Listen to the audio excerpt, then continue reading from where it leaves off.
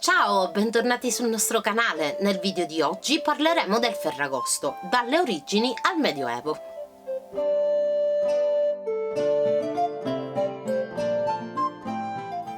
L'etimologia del termine Ferragosto deriva da Ferie Augusti, una festività che veniva celebrata nell'antica Roma.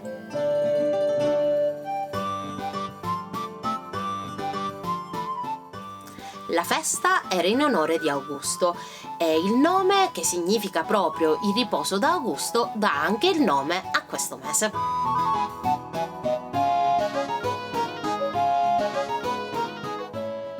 Ferie Augusti non è la festività del 15 agosto, così come la conosciamo oggi, ma era un modo di chiamare la prima parte del mese che era dedicata al riposo e ai festeggiamenti. Questa festività fu istituita nel 18 a.C.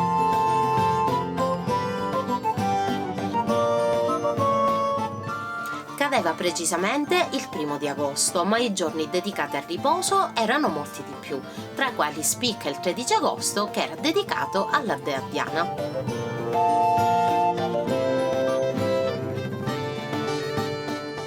Il periodo di riposo di agosto affonda le sue radici nella più antica tradizione dei consualia, che erano delle feste che venivano celebrate alla fine dei raccolti in onore del dio Conso, protettore della fertilità e della terra.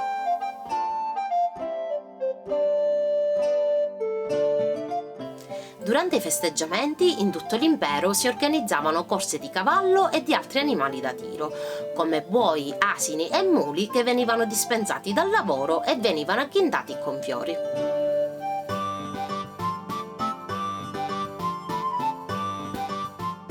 Inoltre era anche un momento dell'anno in cui i contadini porgevano i loro auguri ai proprietari terrieri in segno di buon auspicio per i raccolti successivi.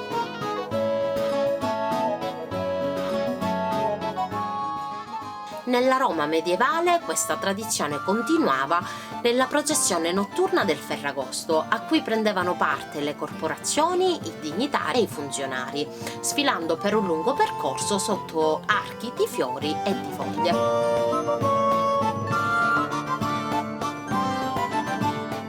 Nel VII secolo la Chiesa cattolica assimilò questa ricorrenza pagana nel calendario delle festività religiose e trasformò il giorno dedicato alla dea Diana al giorno dell'Assunzione di Maria, spostandone il giorno al 15 di agosto. Questa ricorrenza ha ancora oggi un riverbero. Seppur si tenga il 16 di agosto, viene celebrato con il Palio dell'Assunta che si tiene ogni anno nella città di Siena.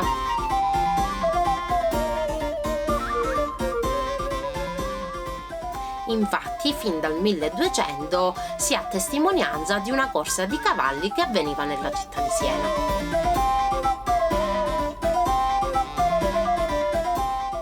Quando Siena divenne una delle più colte e ricche città dell'Europa medievale, il Palio fu un momento ludico e conclusivo dei festeggiamenti che si tenevano ogni anno in onore di Maria Vergine Assunta, patrona di Siena e del suo stato. Per l'organizzazione del Palio, il comune ogni anno nominava i deputati della festa con ampi compiti e attribuzioni.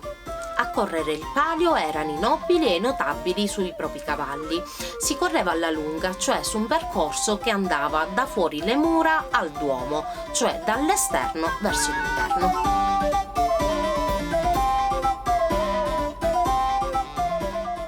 Il premio era un pallium, cioè un drappo di stoffa preziosa cucita molte volte in verticale e foderata da centinaia di pelli di vaio.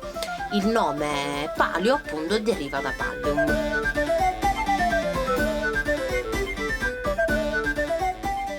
Questi primi pali furono disputati dai nobili, invece le contrade partecipavano ai più crudi giochi, le cui grandi masse di contendenti si opponevano su base territoriale.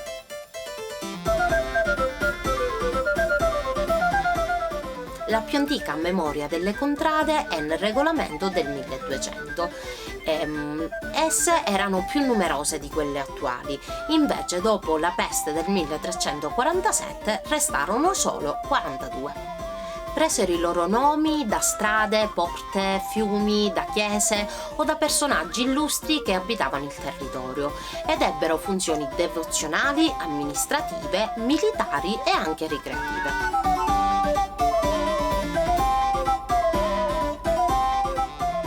Il video di oggi è giunto al termine.